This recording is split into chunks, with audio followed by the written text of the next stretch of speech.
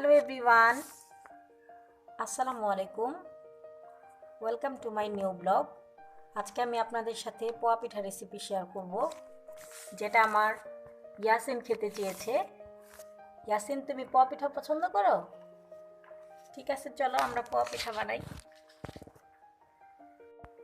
এখানে 3 কাপ চালের গুঁড়া আর 1 কাপ আটা দিয়েছি, আর খেজুরের গুড় চুলায় গলিয়ে নিয়েছি, সামান্য একটু লবণ দিয়েছি, তারপর খুব ভালোভাবে মিক্স করে নিয়েছি।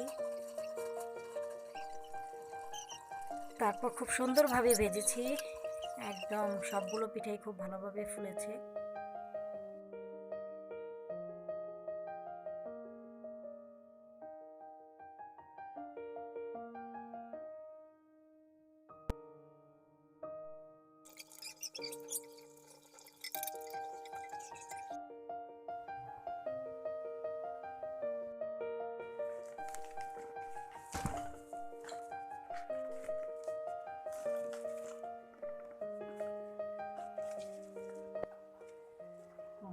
না,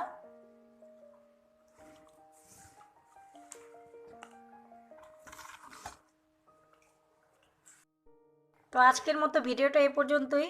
যদি ভালো লেগে থাকে তাহলে লাইক, কমেন্ট এবং শেয়ার করবেন প্লিজ। আল্লাহ হাফেজ।